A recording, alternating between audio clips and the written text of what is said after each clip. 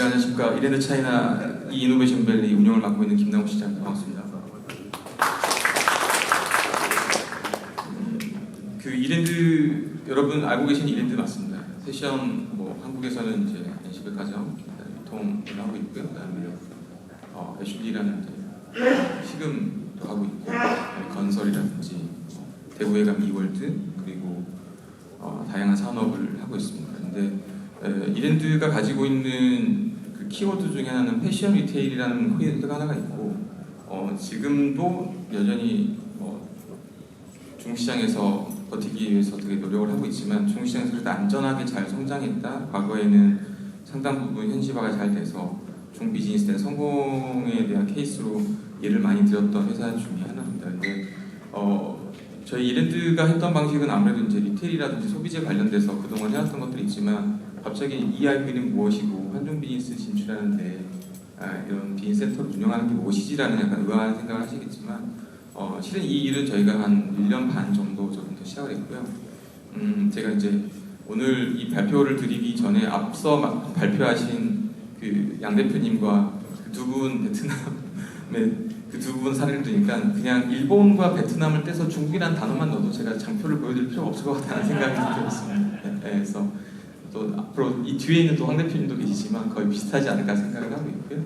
그래서 일본은 아무래도 선진국이고 중국은 선진국에 이제 들어서가 있고 너무나도 큰 시장인데 맨시티나 맨시티 주변의 도시를 합치면 2억 명이 되는 그런 이제 시장을 가지고 있으니까 베이징 주변에 있는 청진까지 합치면 그것도 2억, 그다음에 상하이와 절광성과 강조성, 안위성 합치면 그것도 2억 2천, 그다음에 홍콩을 따반구라고 하죠. 그래서 광저우, 서산점, 뭐 불산 주에 홍콩까지 합치면 거기도 2억 넘고 성도는 최근에 이제 가장 핫하긴 한데 성도 지금 하시면 거기 그러니까 일본이나 뭐 한국이 한 4개 5개씩 존재하기 때문에 그런 시장이 아까 말씀하셨던 양 대표님에 대한 딱 케이스 중국만 바꿉니다. 일본 단어를 빼서 중국만 하면 비즈니스를 거의 비슷합니다. 그리고 베트남도 동일하게 10년 전의 모습이라고 말씀하시지만 사회주의 국가에 대한 관계의식, 그 다음에 그들과의 공통체적인 그런 문화 여러 가지 것들이, 그 다음에 언어가 전혀 다른데 사회주의 관점에서 봤을 때 너무 똑같기 때문에 그래서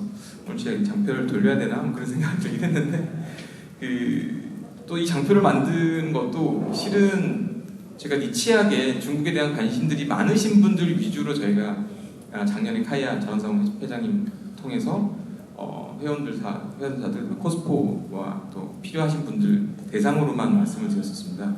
앞서 말씀하셨던 두 분들도 얘기를 이미 뭐 말씀 안 드려도 아시겠지만 진짜 뭐 이렇게 대화하다 보면 한숨 나오는 일도 많고 좀 불편하지만 불편한 얘기를 드리지 않으면 계속 이렇게 부딪히는 경우가 있으니까 그런 상황들이 있었었는데 이 이랜드는 이제 중국에서 그동안 신뢰를 쌓으면서 그 상하이 미낭구라고 하는 여러분 홍차오 공항이 내리면 한인타운들이 많이 있는 그 지역이 이제 미낭구라고 하는데 그 지역에 이제 한국 평수로 한 11만 평, 중국 스퀘어미터는 35만 스퀘어미터의 산업단지를 구축을 했고 원래는 저희가 그 토지를 출양을 받을 때 전체적으로 저희가 직접 사용을 하려고 했지만 전체적인 산업이 변화가 되면서 10년 사이에 너무나도 많은 변화가 있어서 절반만 사용하고 나머지 절반을 어떻게 사용할 것이냐라고 하는데 제가 뒤에 이제 저의 이력을 좀 말씀드리면 제가 그동안 경험했던 것 플러스 제가 그 좀 특징이 제가 가지고 있는 이력 중에 마지막에 중국 정부대관을 지금 제가 9년째 하고 있습니다. 그래서 여러분들이 정말 궁금해하는, 그 다음에 가장 불안해하는, 불편해한다고 생각하는 중국 정부와 커뮤니케이션을 주 52시간의 절반만 해도 제가 공산당들과 9년 동안 회원 시간이 많은 시간이 넘은 것 같습니다. 그렇다고 보면 그들의 로직을 알고 그들의 구조를 알면서 결국은 중국이라는 나라의 중국 정부를 파트너로, 중국 정부를 고객으로 생각하고 비즈니스를 해야 되겠다 생각해서 이 부서를 운영을 하면서 저희 이제 회사 내부에도 말씀드리고 중국 정부가 원하는 부분들을 긁어줬을 때 저희가 또 역으로 가져올 수 있는 베너핏이 많을 것 같다라고 해가지고 이노베이션 밸리에 한국 기업들을 진출하는 그런 지원센터를 만들면 좋을 것 같다고 말씀드렸고 중국 정부도 코로나가 지나고 난 다음에 되게 흔쾌히 외자 기업들이 많이 빠져나갔기 때문에 정치적으로는 아직 회복이 안 된 상황이었었지만 그런 일들을 이랜드가 나서서 해준다면 이랜드가 그동안 중국에서 되게 안정적으로 성장했던 모범 사례를 공유하면서 같이 하면 좋겠다라고 해서 제가 가지고 있던 우리 이력 중에 뭐 공간 사업인데 저도 짧게나마 중국에서 한 1년 좀 넘게 스타트업도 창업도 해봤고 또 대기업에서 일도 해보고 중국 코리아에서 일을 해봤기 때문에 그런 것들 좀 경험 토대로 지금 현재 이 한중 비즈센터를 맡고 있습니다. 제가 장표 뭐 안 보여도 된다고 했는데 똑같습니다. 근데 이제 중국의 좀 독특한 부분은 뭐냐면 여러분들 잘 아시겠지만 2008년도에 이제 리먼 브러스 터지면서 미국과 중국은 양국가에서 USD와 RMB를 엄청나게 지원했습니다. 그래서 중국은 SOC를 이제 엄청나게 인프라를 투자하고 그다음에 돈이 뿌려지다 보니까 한국인 대기업들이 어마무시하게 많이 들어가졌죠. 대기업들도 그때 본격적으로 많이 물론 그 전부터 들어가신 분들이 있지만 수교래에 들어간 게 94년도고요. 실질적으로 중국 비즈니스를 정말 열심히 많이 해야겠다라고 한 대기업들, 삼성, LG, CJ, 뭐 SK 이 분들 대부분 이제 2008년 이후라고 보시면 됩니다. 그때 대략적으로 강소동에 많이 깔리기도 하거나 뭐 광동에 있는 선전이라든지 동관이라든지 광저우에 근처 이제 대기업 제조업들에 대한 기반이 생기고 리테일 비즈니스도 그때 한국에는 저희를 포함해서 뭐 롯데라든지 이랜드나 뭐 그런 여러 가지 기업들이 많이 들어갔습니다. 근데 이제 제가 Q&A 가장 많이 받는 질문을 보면 제가 아까 94년도와 2008년도를 말씀드렸는데 그때 했던 질문이 지금도 동일하게 하고 있습니다.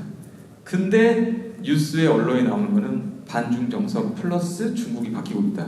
질문이 동일한데 다른 중국을 보고 싶어 하시는 거죠. 그러면 어떻게 됐습니까? 위치에 대한 리플레이스가 좀 필요한데 그걸 전혀 하려고 하지 않으세요. 그거에 대한 부분들을 전 정부 일을 계속 하고 있으니까 아까 저희 앞서 회의 저희 발표 전에 말씀드렸던 것 중에 뭐냐면 정부는 끊임없이 동일한 어나운스로 5차 경제계획을 발표하고 양회를 발표해서 외부에 공개를 하고 그런 기업들이 뭐 상하이나 뭐 절강성이나 아니면 선전이나 광저우에 외자기업들이 많이 있어서 일본 기업이라든지 독일 기업이라든지 미국에 있는 기업들은 전문가를 투입을 해서 그들이 성장 배경이나 앞으로 된 계획에 맞춰서 비즈니스를 전략을 잘 따지만 오히려 우리나라는 그런 부분에 부족한 분이 많았던 것 같습니다. 그래서 물론 이제 중소기업이나 스타트업으로 내려오면 내 사업이 중국에도 가능할지 카피에 대한 부분들, 자금 회수에 대한 질문, 그 다음에 정부에 대한 의심들이 많은데 질문은 똑같습니다. 20년 전, 10년 전, 지금도 동일하게 질문하고 계시고요. 이 부분은 제가 아까 두 대표님 앞서서 말씀하신 대로 법무법인 찾으시면 다 말씀해 주십니다. 똑같은 답 해주십니다. 여전히 네거티브 리스트가 매년 개선되고 있으면서 조금씩 개방을 하고 있고요. 개방을 한다고 하지만 완벽하게 개방되지 않은 것들도 있습니다. 근데 이런 부분들을 제가 말씀드리고 싶은 거는 저희에게 물어볼 것과 법무부 기술적으로 물어볼 것 좀 구분해서 진행하시면 좋을 것 같다 생각하고 저는 좀 정성적인 부분에 대해서 정부 미팅을 하기 때문에 이제 흔하게 GPT라든지 아니면 드러나 있지 않은 내용들에 대해서 좀 말씀을 드리려고 하겠습니다. 카피 하죠. 네, 당연히 할 수밖에 없습니다. 근데 자기가 어느 정도 컨트롤할 수 있는 법무부나 변리사를 한국에서 찾지 마시고 중국에 있는 로컬 변호사들이라든지 이분 찾으셔가지고 잘 관리하시면서 적절한 타협과 유연함을 가지고 응대를 해야 할 것이고 자본회수 가능합니다.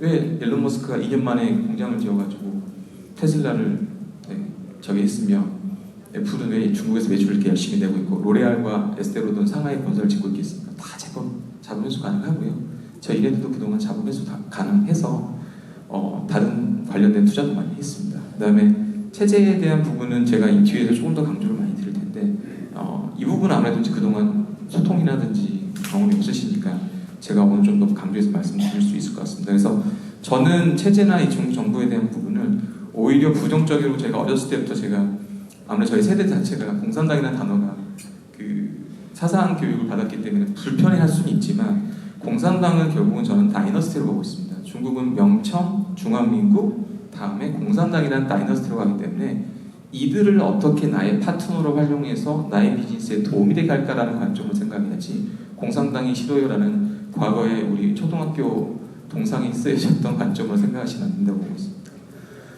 그래서 지금 앞서 말씀드렸던 이제 여전히 20년 전, 10년 전에 머물러 있는 것은 체제에 대한 불신, 한한령 단어는 중국에는 안 씁니다. 언론이 만들어낸 거고요. 언론에 대한 편향된 시각.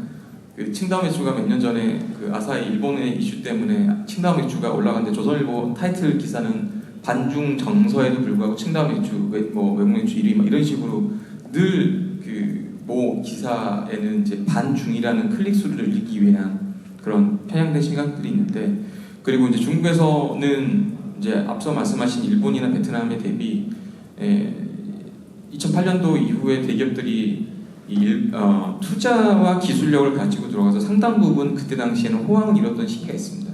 그럼에도 불구하고 그때 좋은 얘기를 안 합니다. 실패한 얘기만 하지. 그래서 실패한 얘기를 워낙 많이 나기 때문에 부정적인 게 많은 것 같고요.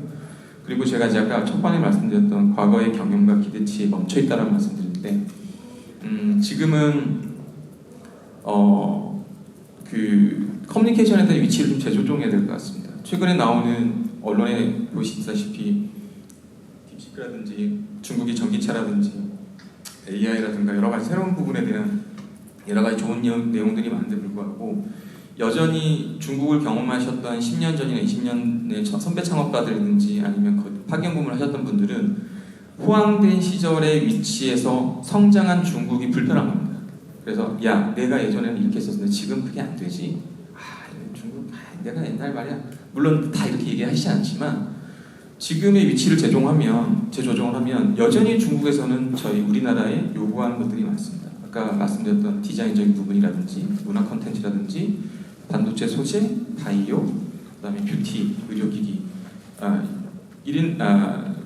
한국이 가지고 있는 이니셔티브는 여전히 존재하고요. 그다음에 또 제가 봐도 한국은 빈스 잘합니다. 근데 계속 옆에서 주변에서만 놀고 있지 제가 봤을 때는 안으로 안 들어오려고 하시거든요. 그런 것들이 있으니까 그 부분들 좀 참고하셨으면 좋겠다는 생각이 들어서 한중 상호 이해에 대한 부족이고 근데 중국은 말씀드렸던 글로벌 기술력이 지금 됐다라고 계속 언론 나오고 있고 최근에 또 미국하고 한참 싸울 때 미국하고 진짜로 싸우면 월마트에 있는 물건이 없어진다는 말씀이듯이 공급망이 지금 이제 거의 완벽한 상황이 되었습니다. 그리고 각 지역별로 이제 2억 명이 넘는 시장들을 형성하고 있죠. 메인시티를 주변으로. 그래서 오히려 저는 중국의 현실은 중국도 한국을 잘 모르고요. 한국도 여전히 중국을 잘 모릅니다. 근데 가장 가깝습니다. 그래서 위해에서 인천항까지 173km, 그 킬로밖에 안 돼서 밤에 배에다가 물건을 실으면 그 다음날 아침에 도착해서 저녁에 중국에 있는 마트에 다 깔리는 상황입니다. 연세 우유가 저희가 뭐 그렇게 먹고 있거든요.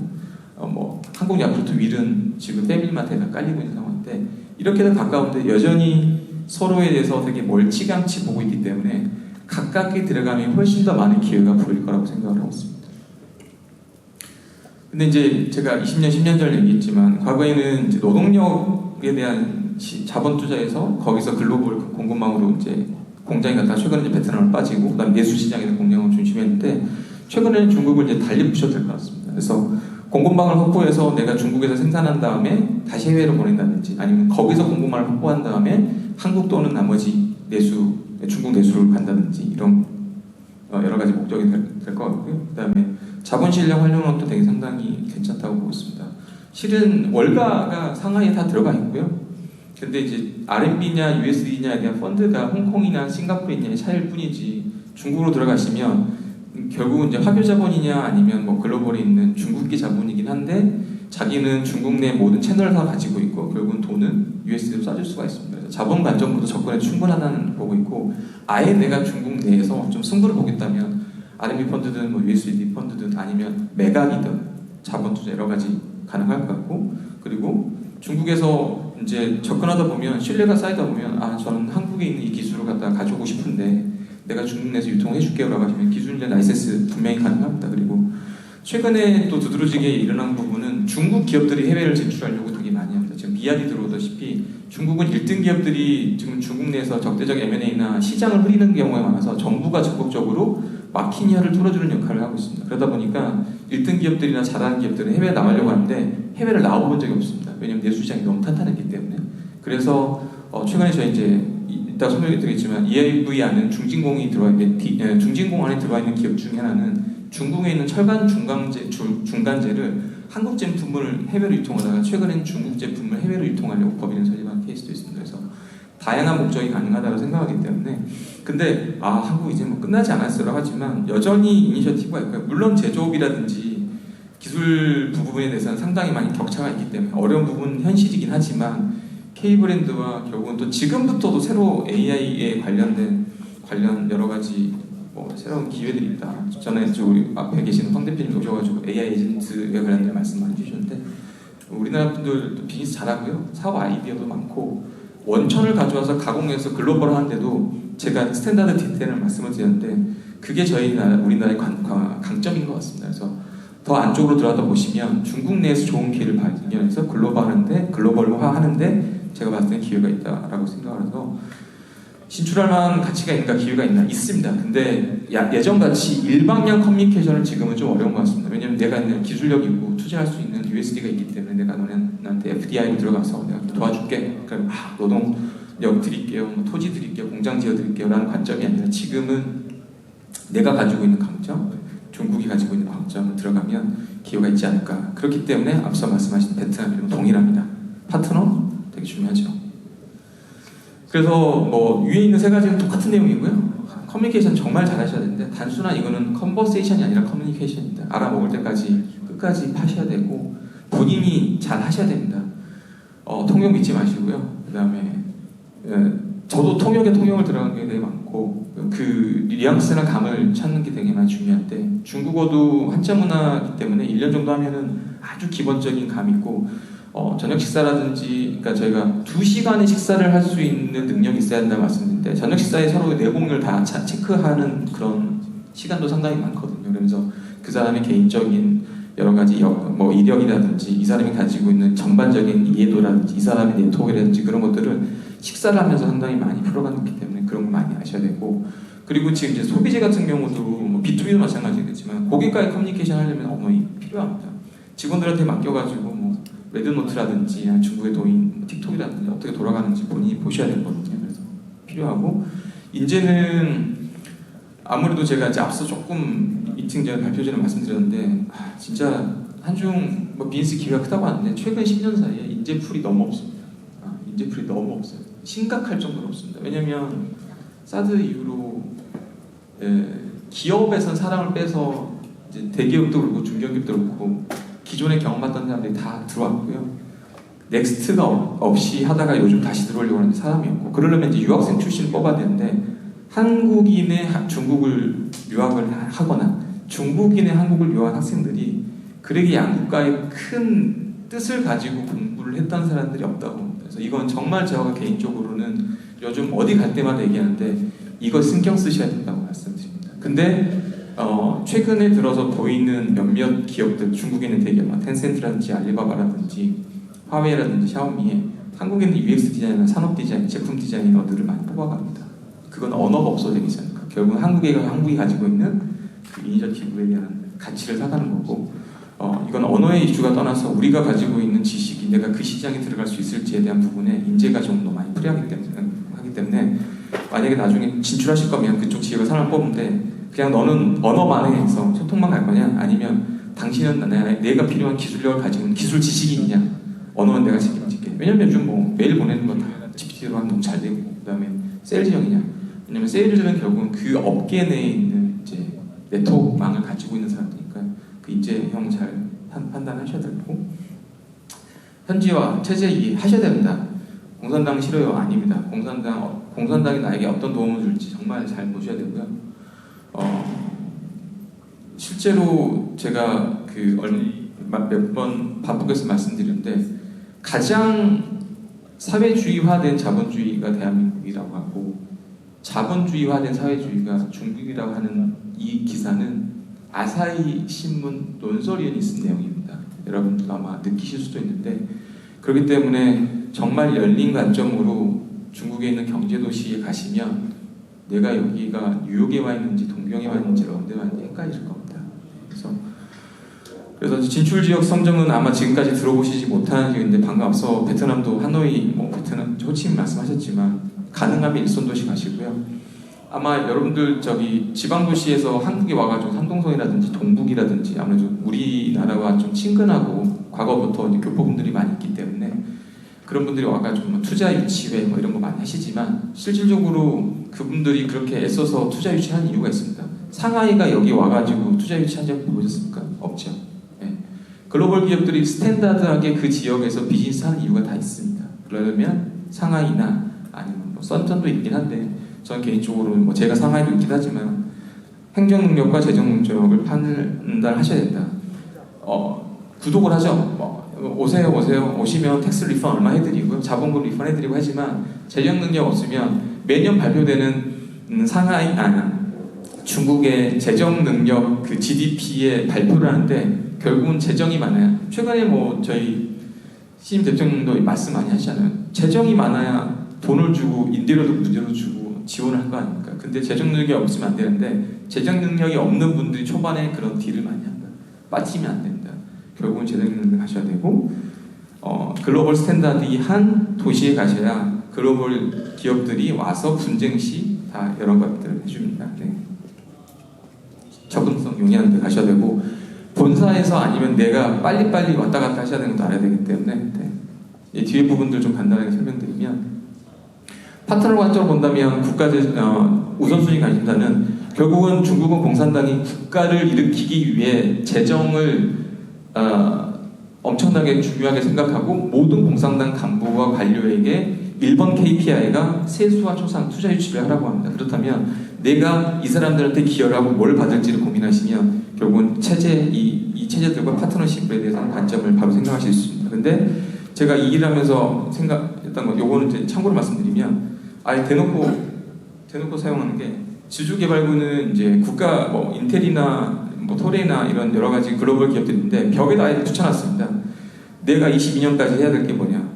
이 토지를 기반으로 기업들을 얼마만큼 유치해서 GDP를 만들어내고 세수만큼 만들어내겠다라는 게 아예 드러내놓고 하고 있습니다. 그래서 이들에게 기여할 수 있는 걸 내가 가져오면 실제로 그들은 나에게 똑같이 보답을 합니다. 그래서 이 부분은 좀 중요한 부분인데 말씀드리고요.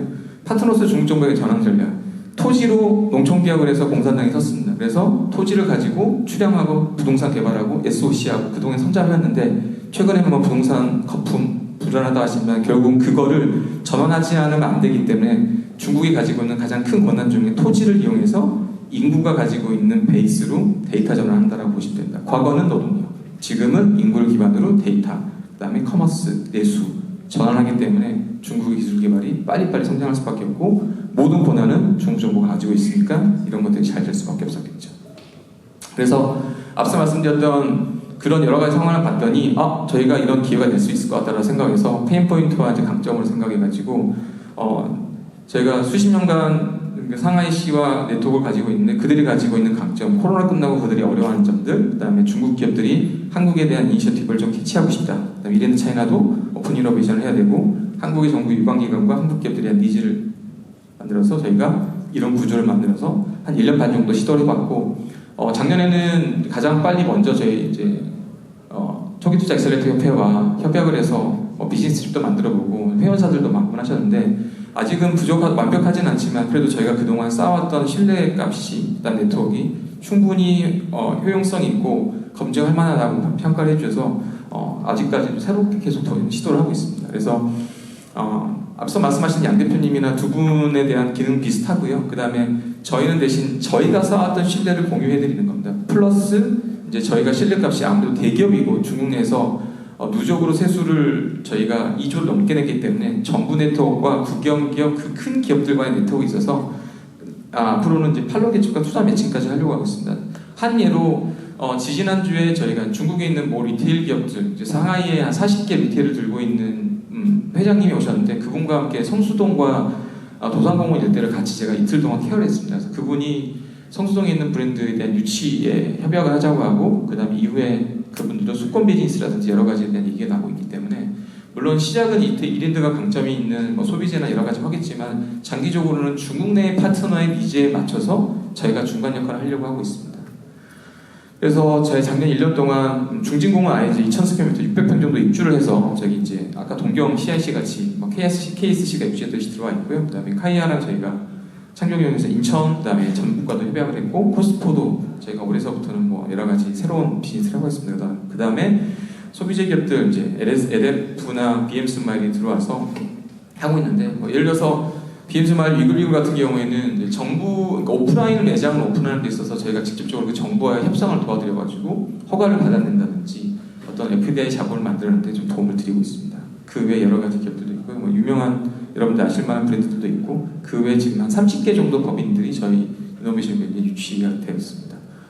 작년 한 해 동안 저희가 진행했던 행사들이고요. 행사 플러스 여러 가지 IR 미덕도 있었었고, 그다음에 전문가 집단들 만나 찾아뵙는 그런 시간들도 가졌습니다.